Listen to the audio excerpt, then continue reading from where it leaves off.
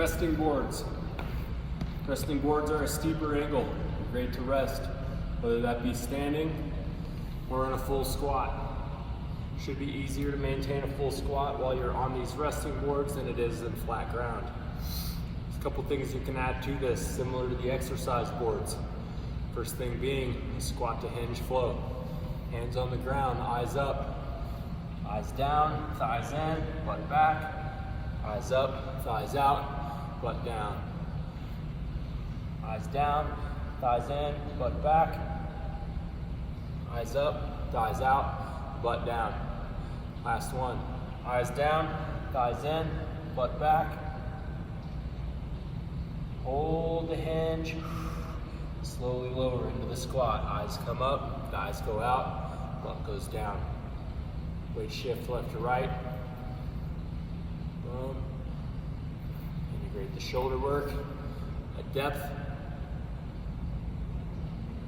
Just need a light band.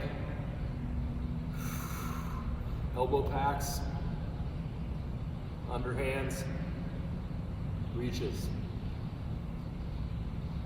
All of the shoulder series can be done at rest on the board.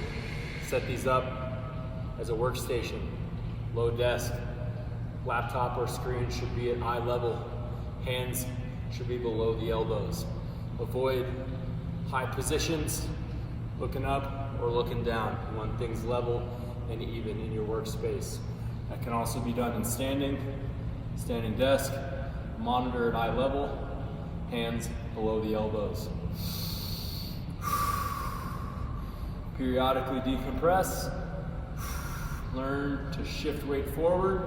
Challenge yourself in the front of the feet, heels off the ground. Reaches, elbow pass, shoulder series, and band work.